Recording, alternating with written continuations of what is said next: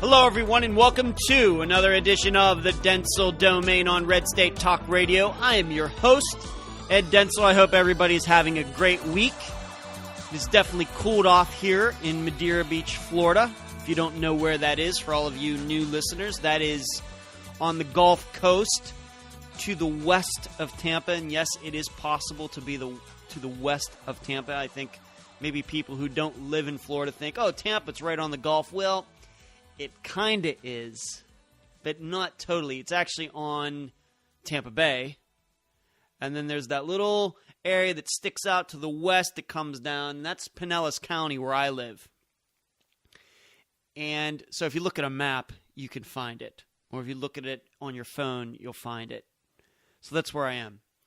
And a little chilly here. It's one of those mornings where the kind of weather that we've had recently, and for you people in the north, maybe you know what I'm talking about, that you wake up in the morning, you're all nice and warm under the covers, but on your face you can feel like the air in your bedroom's kind of cold. That's what it was like for me this morning. I don't think I'm ever going to have to turn on my heat, but that's the way it was this morning. And, you know, man, I get out from underneath these covers, man, it is going to be chilly.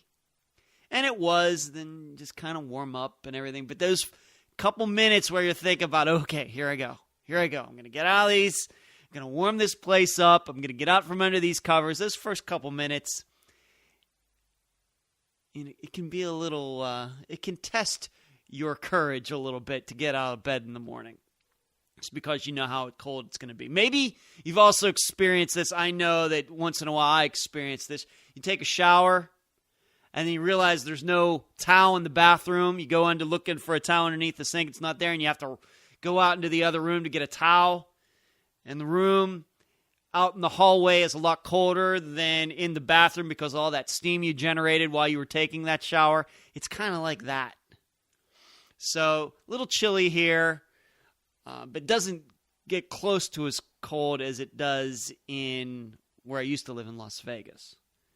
People think of 115 degrees there. Well, in winter, it gets down to about 20 in Vegas pretty regularly, December into January.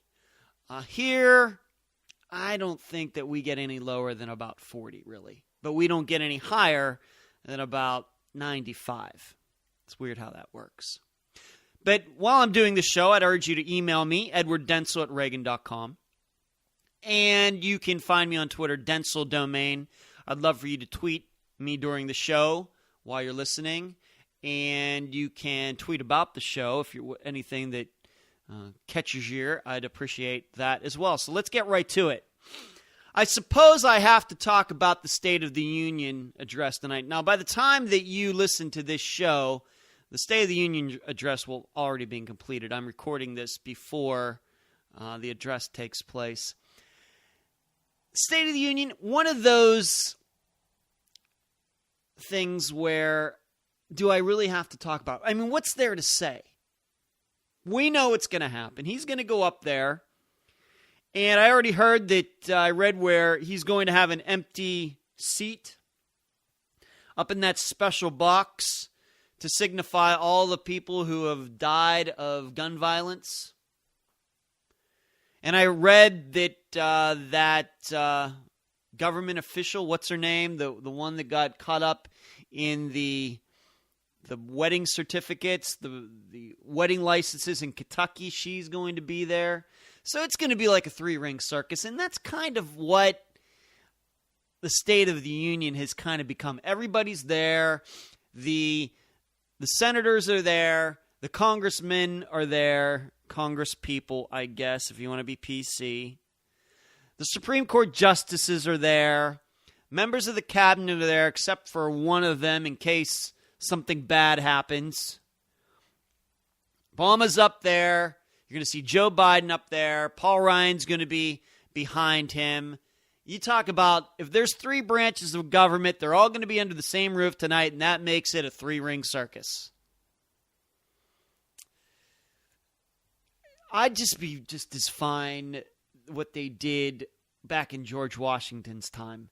He could just send an email to Congress. This is the way I see the State of the Union right now.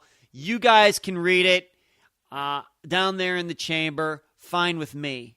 All I ask is you don't leave out anything, don't edit anything. As long as that's the case, you could follow that.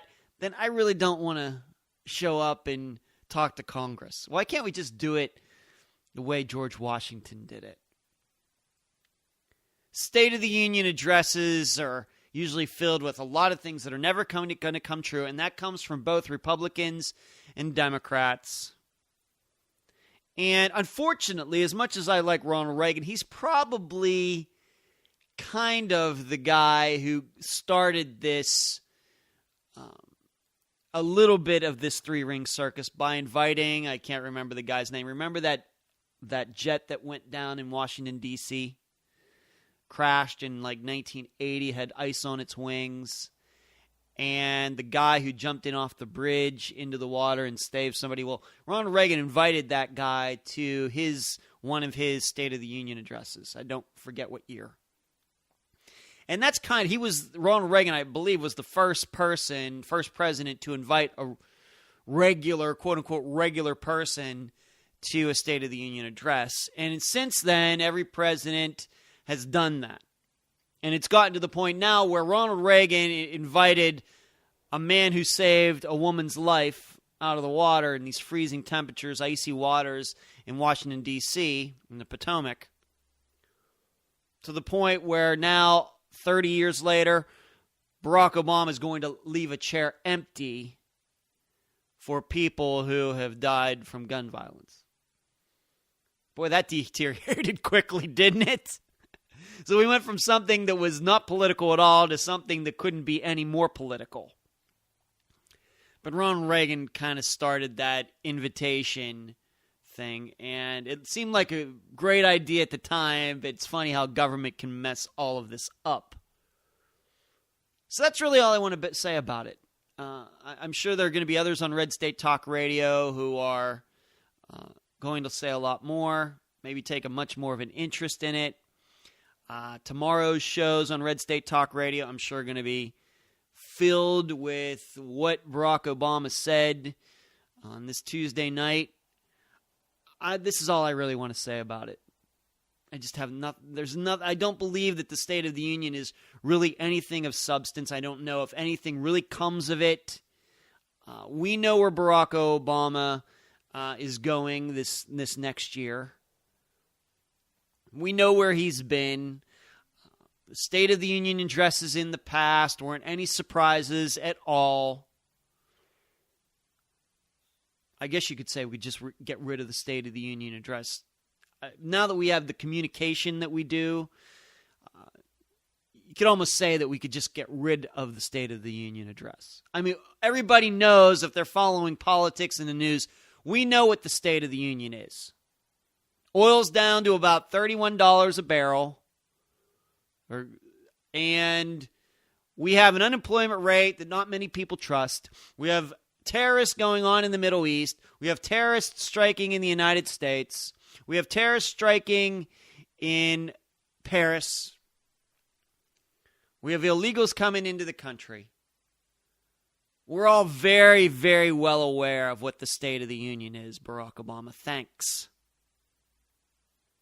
But I know it's your constitutional duty. For once, I guess you care about the Constitution, that you're going to do this. So let's move on to something else. Hillary Clinton. Is it me, or does it, maybe this has been said before. I'm not going to say that this is an original idea of mine, but it certainly seems like the Clinton campaign is certainly running its operations like it was the 90s all over again. We know that it seems day by day that she gets more and more caught up. Just one more little vine reaches out and wraps itself around her arm regarding all this email controversy. Should also note that the movie about Benghazi is going to be coming out. The TV that I have been watching with my parents, I keep seeing these ads pop up for the movie that's coming out. But my understanding is that Hillary Clinton is barely even mentioned at all in the movie. And I don't even really know how political the movie is, really. But I got to give Michael Bay, I think he's the guy that's doing it, right? And the people who are doing this movie, just not the courage, but the attention that they're giving this. It's interesting to me that an attack on an embassy in Libya would rise to the level that it would get a major movie by a major director. Seems, I can see, for example, like Black Hawk Down, why that got turned into a movie.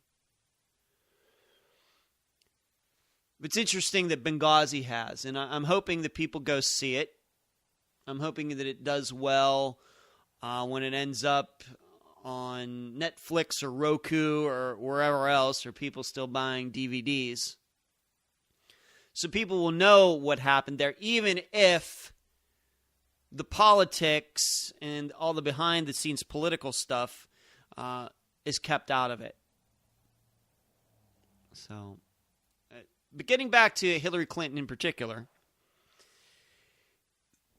the problem I think that the Clinton campaign is having with all of these stories it keeps dishing out. See, for those of you who are maybe too young to remember, there's a time in politics, American politics, where just 20 years ago,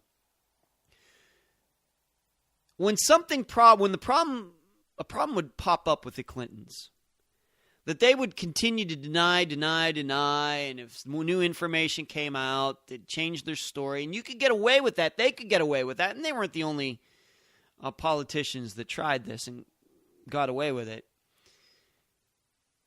But back then, before the internet, if you wanted to go find an old story to see what Bill Clinton said or another politician said 6 months ago, you'd have to either save your newspapers or save your magazines that you got.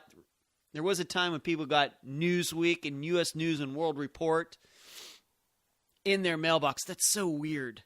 You think about that, it's so weird that how many magazines used to get delivered to people's doors, and we know how magazine circulation is way down now because of the internet. It's just amazing how those things change. Something as a kid you just take for granted that's always going to be that way, then 20 years later it's like completely changed. It's just crazy. But, and I guess you could say that about cell phones, and I mean, I can remember a day, when 1980s, there was one phone. Or you had a couple phones in your house and they were hooked to the wall. Just so crazy. But there was a time where it seemed like news would just kind of vanish. And if anybody wanted to go back, if your regular average person wanted to go back and check something, he or she had to either save the newspaper, save those magazines, or you had to head down to the library and go through microfiche or something like that. I can remember doing that in college. Not anymore. Stories never go away now. In fact, if you keep up with certain websites of newspapers, they have people who are actually going through and digitizing all of their old newspapers. So like every year you can go back further and further. So it's not like when, like for example, let's say the Las Vegas Review-Journal, whenever it first put its website up, whatever year that was, that you can't get anything before that. They'll actually go back, get those newspapers, and have people input that, and people typing, putting pictures in, so you can look at newspaper stories that exist on the internet that existed before the internet existed. And in that way, news never dies. And so it's much easier to check facts. It's easier to go back and read stories from years and years ago. This is, I think, what is hurting Hillary Clinton. that she's still using a playbook from about 1995 where she's thinking, well, it doesn't matter what I said 6 months ago about that. That's back then. People don't remember that. This is what I'm going to say now. And politicians for generations got away with that. You can't do it anymore. Especially when it's a story that just won't go away. And the email story is something that your average person can kind of understand. That's, I think, the main problem with Hillary in this email situation. As I've told you months ago, it could be in the end that people just care less about Benghazi. Why? They're probably thinking, well, you know, the embassy, it's over there. It's in a dangerous place. Yes, some mistakes were made. A lot of Americans have died over in the Middle East in fighting terrorism anyway. What's 4 more lives? And I know that sucks. Don't get me wrong. I know that's wrong. But let's put it this way. If 4 Americans had been attacked in the embassy in Switzerland, that would be something different. And I think that the American people would look at that as being something different. But in a country full of Muslims, it doesn't surprise your average American then if some Americans there and they die, even if it's under circumstances where a lot of politicians drop the ball. They just say, well, it's probably going to happen anyway. Even though you can explain it to them and they might even understand it eventually, but it's going to take some time. Whereas, and they're thinking, well, that's thousands and thousands of miles away. And thinking, well, what did these guys who got killed, what did they think was going to happen if they were going to set up a embassy in Benghazi? Granted, like I'm going to say it again, I know that's wrong. But people can rationalize it in their minds away, especially if they're Democrats. But something regarding email and privacy, and being that every American now knows about the dangers of hacking and viruses and getting these emails from Nigeria about this person who wants to move to the United States. Could you give me your account number so I can deposit my money because I need to escape Nigeria? Those Nigeria scams. I wonder why they always use Nigeria. It's interesting. They understand this, and there have been most people are familiar with ID theft.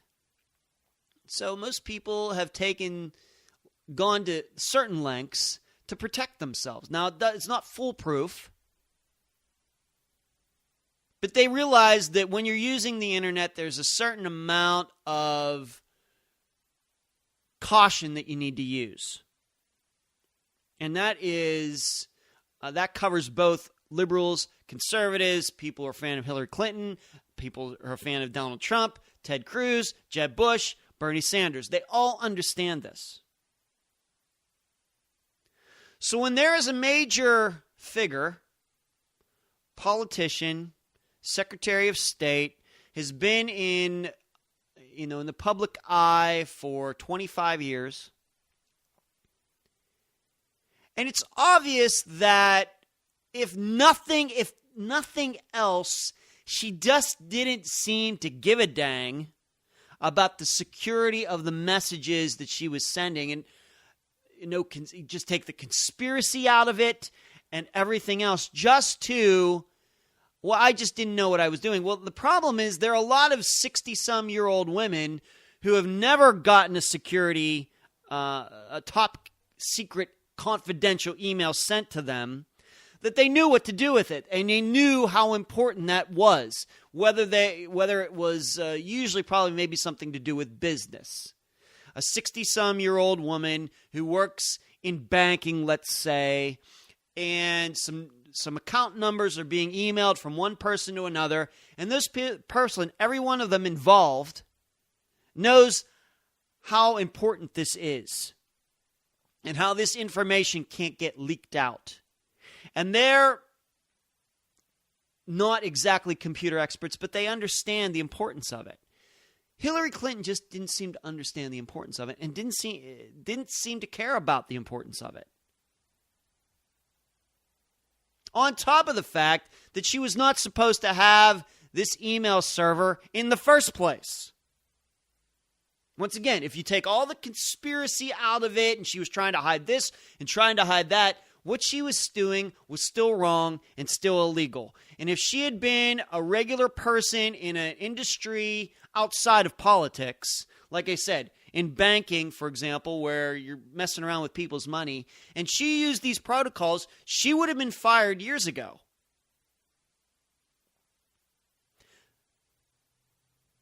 That's part of her problem, I think, now. That people understand that something weird was going on here. And it's just not conservatives, just not Republicans that look at that.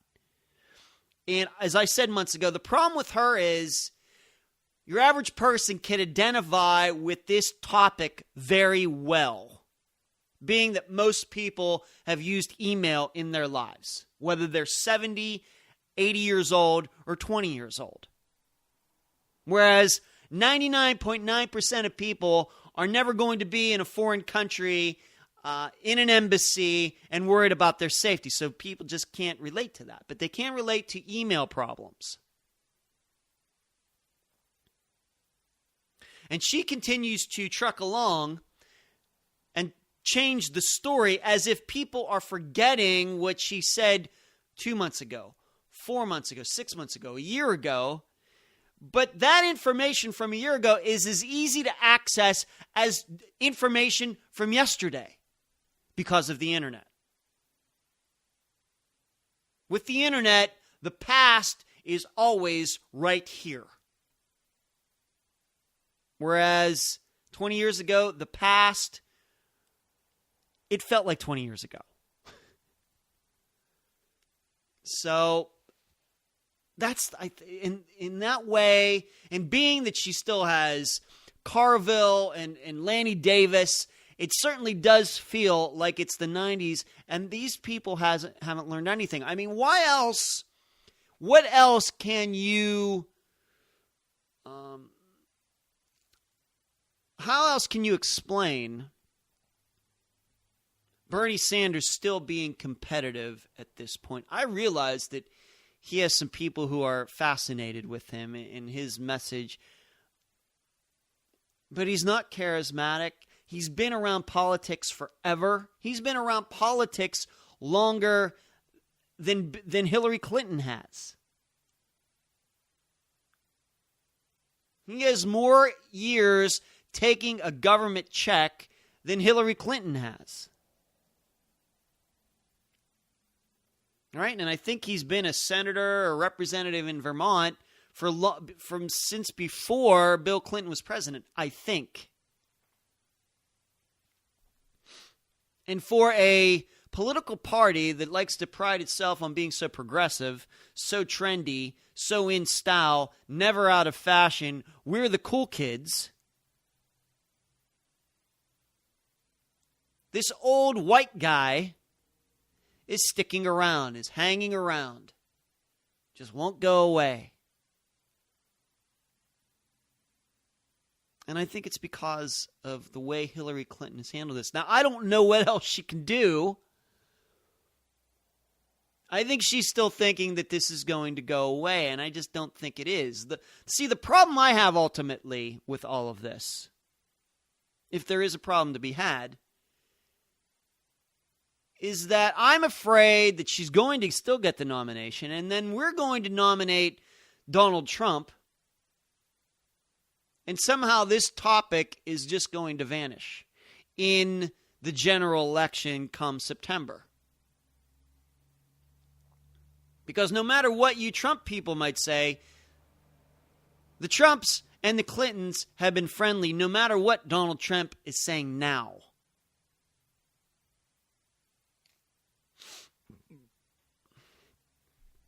And I'm afraid that he would treat all of this as if it was old news, which it isn't. But if you want to find the reason that Hillary Clinton continues to struggle with Bernie Sanders in these polls, yes, I've told you, I think the main reason that a lot of people wouldn't vote for her, if they're not going to vote for her, is just because a lot of guys look at her and see their ex-wife.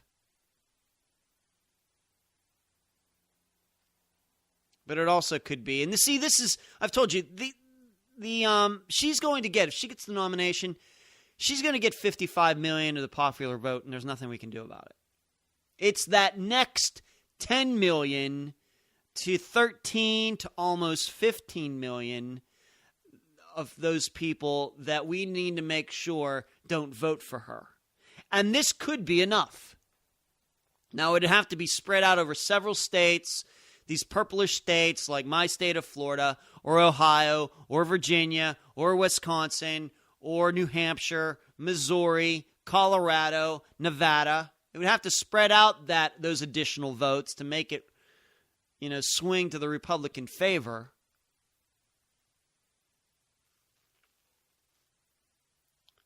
But I think that that's the way you have to think that the strategy is going to happen. That this email stuff, just her general unlikability, we're going to have to hope changes enough minds. I don't know if the economy is going to be enough. I'm going to talk about the economy here, hopefully before the end of the show.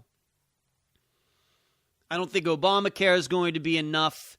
The problems that it's caused to cause her to not win. It's going to be, do you want to do the Clinton thing all over again? Do you believe her when the issue is this email stuff, or she just seems slimy? And do you trust her? And that's what's going to swing this election. I know that's not what people want to hear. They want to get deep, deep, deep into the issues. They want to ding her on this and ding her on that and the war on women. And those are all important topics, and I've talked about them, but I'm not sure that this election is going to be based on that. But it's more a function of Hillary Clinton's campaign just having a lot of baggage than Bernie Sanders being an outstanding candidate and being an outstanding campaigner and just so charismatic. He has a message that it's a very leftist message. I'm not even sure that he believes it, but it certainly resonates with certain groups.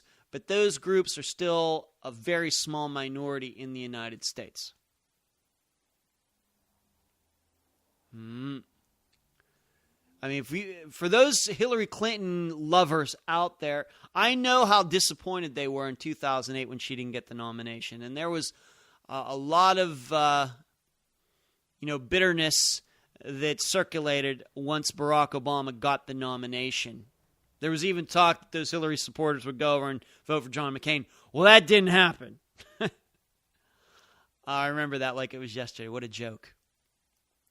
How do you think those Hillary supporters are going to feel now if Bernie Sanders would get the nomination? That can't happen, right? I mean, that just cannot happen. That would be like some Division II school beating Alabama in football. It just cannot happen. Maybe it will. That's the way it looks like right now. But most of it is Hillary Clinton's fault. We can only hope that if she gets the nomination, that she's just as horrible a campaigner in the general election as she is now. And that these stories don't go away. And that she continues to treat 2016 as if it were 1992. That will be a big benefit to Republicans. If she continues to not understand how big a deal this email controversy is. I mean, like I mentioned this a few months ago. What's Barack Obama going to do? It's his FBI. It's his FBI. I've told you, I just don't think that Barack Obama really cares who becomes the next president. And if it means screwing over the Clintons because of what they said about him and did to him back in 2008, I think he'd do it. And that's why maybe the FBI is just going to go where it takes them. If there are corruption charges to be brought, they're going to be brought. And they're going to be served to Hillary Clinton. That would be something.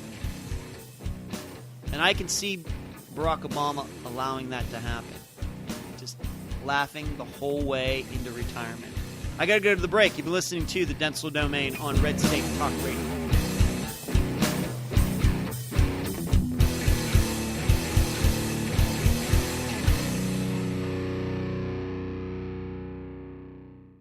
Red State Talk Radio.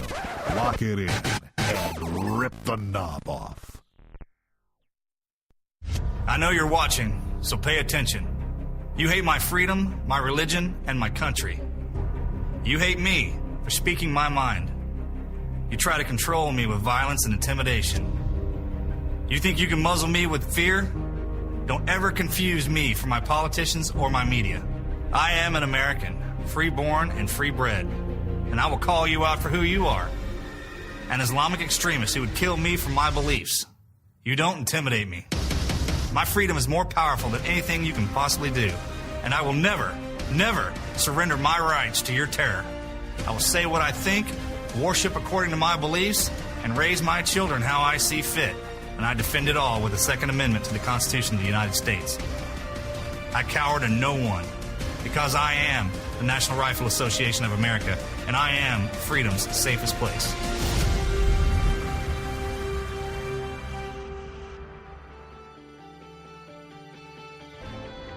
This is Donna Fiducia. For 26 years, I was a member of the mainstream media, most recently as an anchor at the Fox News Channel.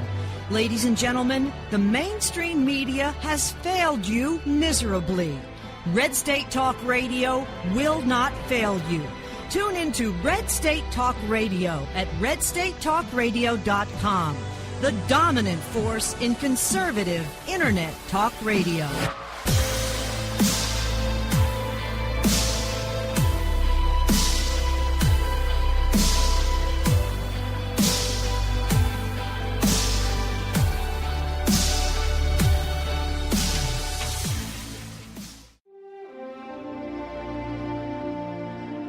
I lost my brother Frank in the Battle of Iwo Jima. He served on 4 combat tours. In Vietnam, In Iraq. Afghanistan. There's a life that was lost behind that pin. I put it on for my wife, For my husband, My brother. my dad. My son. We wear it because we honor those that we lost. To learn more about the stories behind the Gold Star Pins, visit goldstarpins.org. This is Jeff Carlisi from the Band 38 Special. You're listening to Red State Talk Radio. Lock it in and rip the knob off.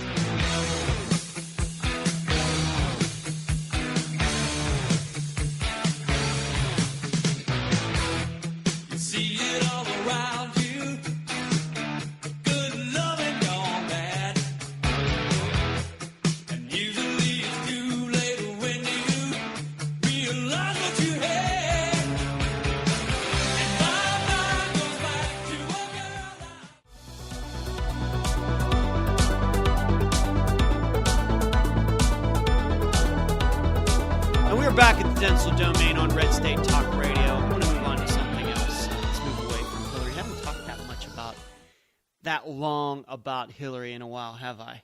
It's amazing. I just find other things to talk about it.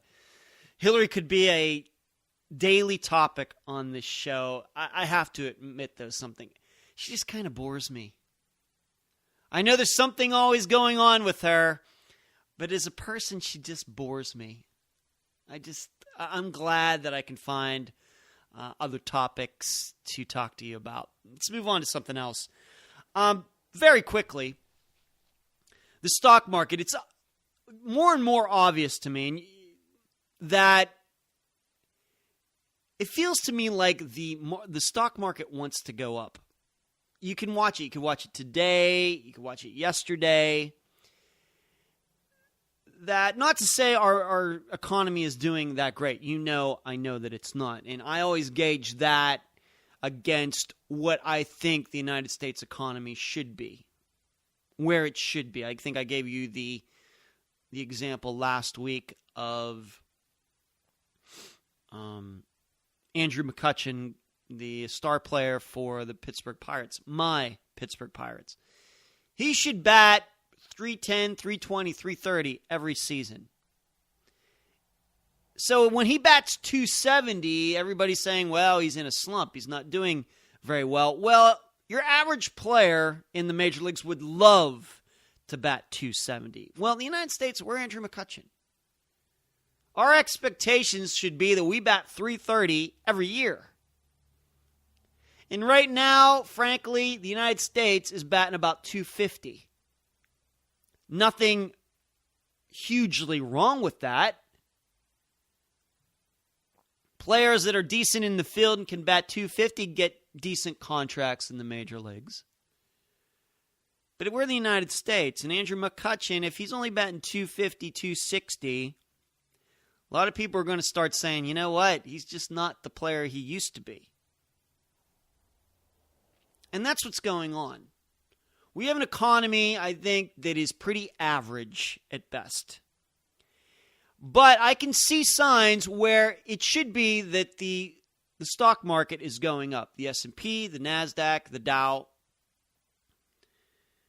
But we are fearful of what is going on in oil. You could see it. You could see it almost every day. Market goes up, oil starts to go down, the market goes down. Oil goes up a couple cents per barrel, the market goes up, oil goes the opposite direction. The Dow is following, the markets are following the oil price around. If you look at what the oil price is doing, you can pretty much predict what this market is doing. Not maybe every individual stock, but as a whole. And in that way, we're not really connected as bad as what's been going on in China and doing business with China. It's easy to see now that the fate of the markets where a lot of people's money is invested, does not depend on China and what they do necessarily with their currency. And whether they get into a currency battle and they devalue it and change how it's rated and how it's connected to the dollar, that all matters, kinda. But as long as oil, even if, let's put it this way, even if China were to prop up its currency, as long as oil is headed downwards, the markets aren't going anywhere. There's no way that the markets are going to go back into the 17s, while 17,000s, I just keep bringing up the Dow, for example, back up to 17,000, while oil goes to $20 a barrel. Not going to happen, not in the current environment. Now, there's an interesting point, though, to be made about all of this regarding oil. You have to remember something, and this is awesome economics. You have to remember something. The money the oil that is the gas that's going into your car right now, when it was pumped, the price of a barrel of oil was probably above $40 a barrel. It's not like when you see oil being priced at $32 a barrel, that the oil that's pumped out of the ground today is going to be at your gas station tomorrow. There is a lag time between that. And that lag time is getting longer and longer as the oil coming out of the ground, there's an oversupply, and there's all this oil that's already above this ground being stored. That's the oil that at first gets converted into gasoline, for example. We know oil is used for a bunch of different things, but if we just want to talk about gasoline, because that's something that everybody can identify with, that it may take months or even longer for the oil that comes out of the ground to make it to your car. So right now, we're pumping gas, like, for example, in Madeira Beach, the gas is $1.87 a gallon. That oil that's part of that gasoline that's going into my car probably is over $40 a barrel oil that was pumped months ago. The problem is that $1.87, if the price of gas is going to be $1.87, that more translates to a barrel of oil being somewhere in the $30-some range. the relationship between what the price of gas is and what the price of a barrel of oil is. You would expect a barrel of oil that is $40-some a barrel to be a gasoline price of $2, low $2 maybe even higher than that, maybe $2.20, $2.30. But here we are at $1.87, at least in Florida, which means right now those oil companies and gas companies are losing their shirts. So the question is, why do they keep pumping? I sent this all in an email to a friend of mine yesterday. So why do they keep pumping? We know that they are losing their shirts. Well, what I'm thinking that they're thinking is that they're seeing a time not too far away where them pumping oil out of the ground when it's only $30 a barrel is going to pay off. Meaning, at some point, the demand for gas and other oil-related products is going to go up, and then they'll be able to sell that $30 a barrel gas at $2-something and get the money back. That's the only thing that makes sense to me. That's the only thing that makes sense. And there is a other kind of market, and just happened, if you ever want to listen to a great podcast besides my own, econtalk.org, it's a topic from last week on econtalk.org, hosted by Russ Roberts, and they talk about wine. Wine is kind of like what's going on in oil right now, I think. And what do I mean by that? Wine gets more expensive the longer it's stored. Why? Because customers, wine drinkers, I don't drink alcohol. I've tasted wine. I think it's nasty.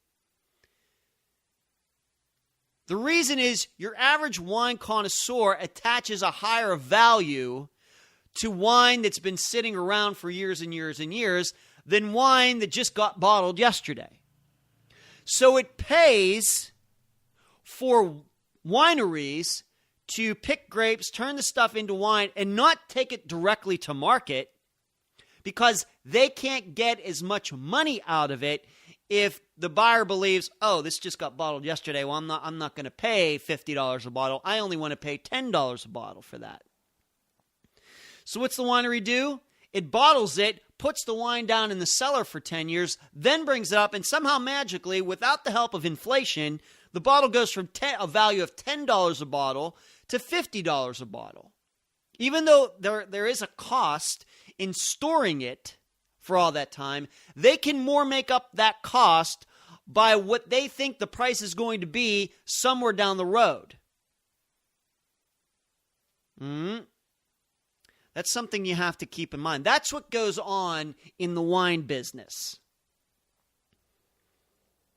That's how wineries make money. It's all the perception from the customer that older wine is better. Should you pay more for old wine than you pay for new, quote-unquote, new wine?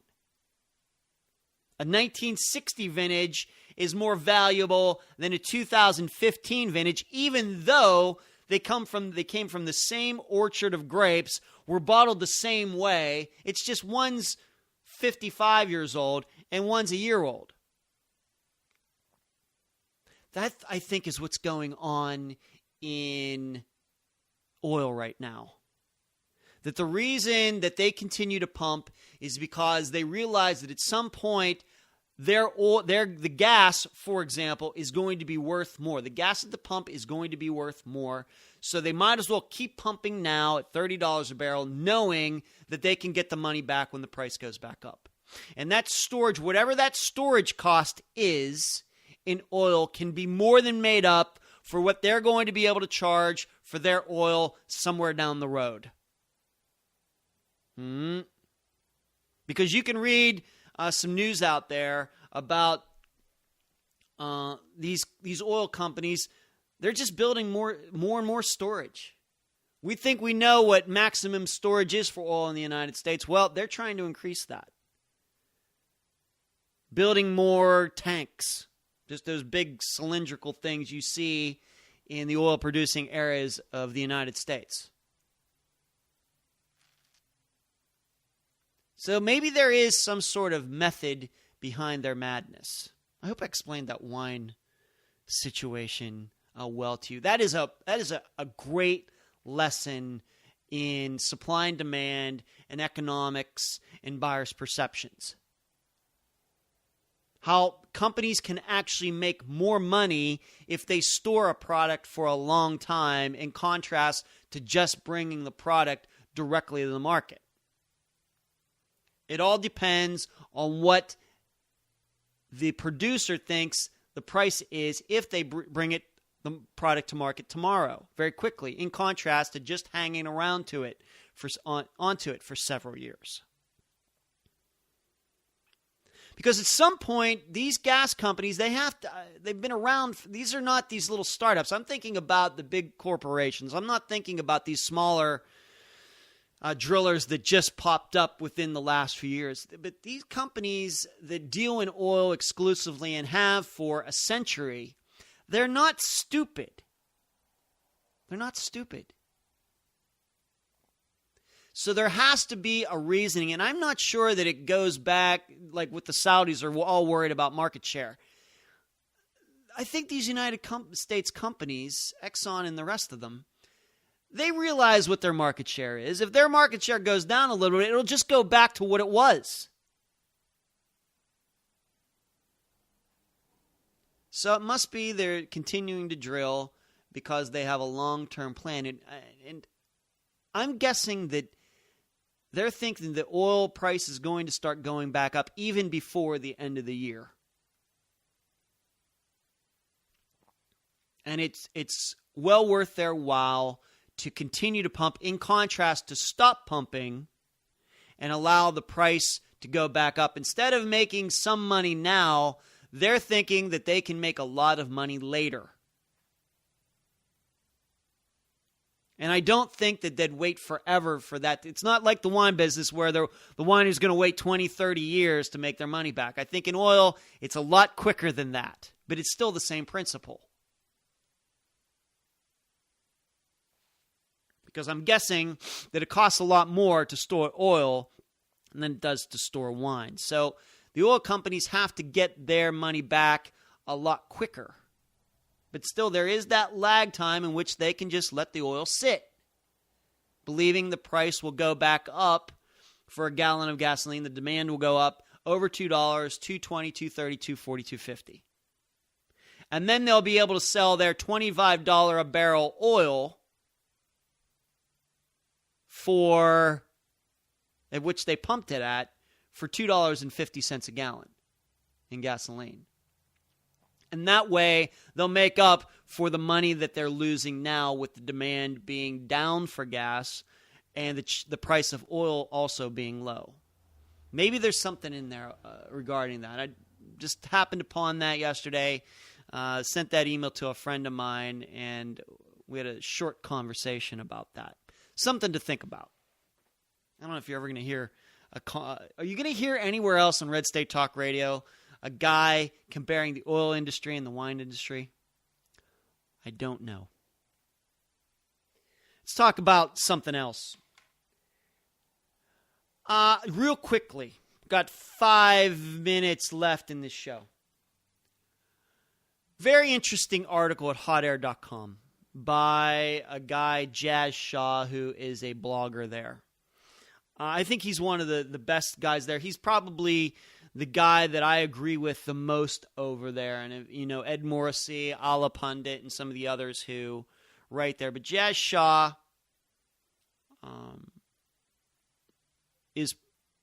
he and I seem to be in line a lot of times. I read his stuff and I find myself shaking my head. Nodding my head. He has a very interesting article about assisted suicide. And he's talking about his own life and how, I'm going to link to it at edwarddentzel.com, about, he must be I don't know how old Jazz Shaw, but I'm guessing he must be an older guy. And he says that he has noticed that there's dementia that runs in his family, and he claims that he's already starting to notice that in himself. And the article is about how he has watched others who were tortured by this, who he knew, and how they took their own lives through suicide. And how he has claimed that he is not going to, he's not going to allow himself to, be a burden on his family. And he's already talked about it with his wife, and he's not going to try to fight it to the bitter end. And how, I guess in so many words, he's saying that assisted suicide laws should be changed in the United States for people who do want to do this.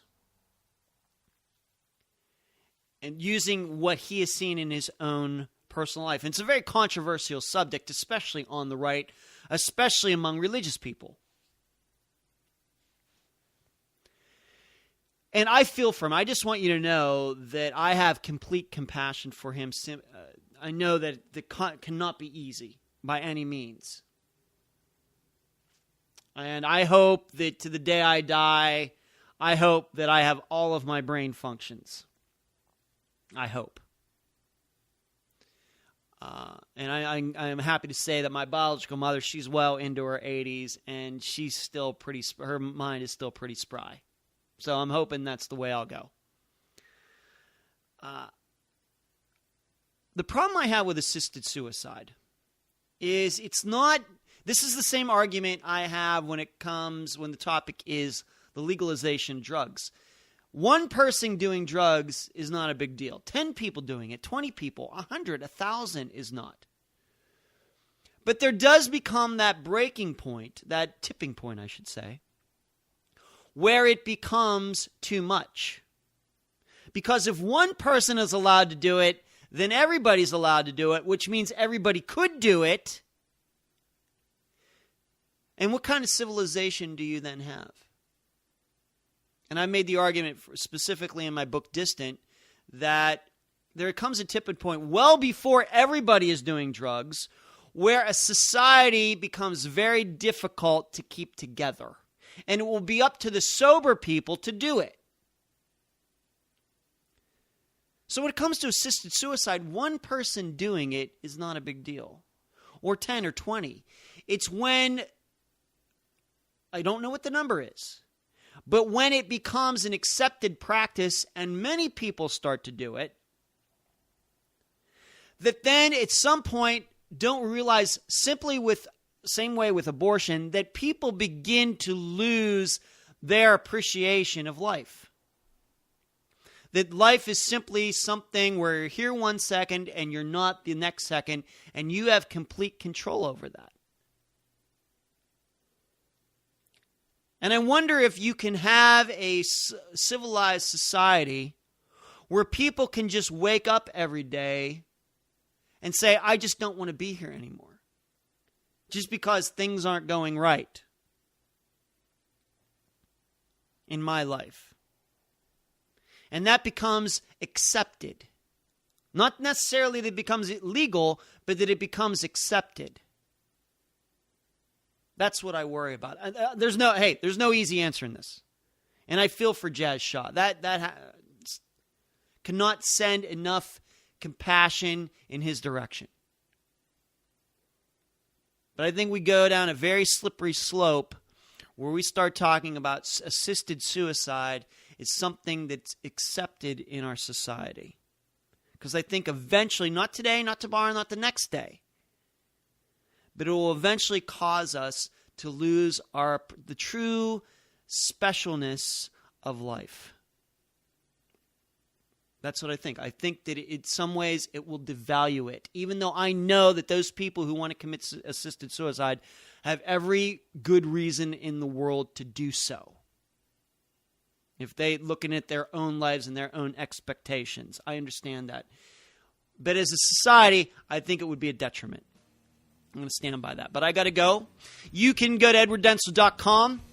My website, you can go to edwarddentzel.com/book to download the first chapter of my next novel, The Comebacks. You can go to Amazon, find my books there. Just do a search for Edward Dentzel. You can also find this show at Podbean, SoundCloud, and in the iTunes Store, and at YouTube. You can find me on Facebook and LinkedIn. It's been a pleasure talking to you tonight. You've been listening to the Dentzel Domain on Red State Talk Radio.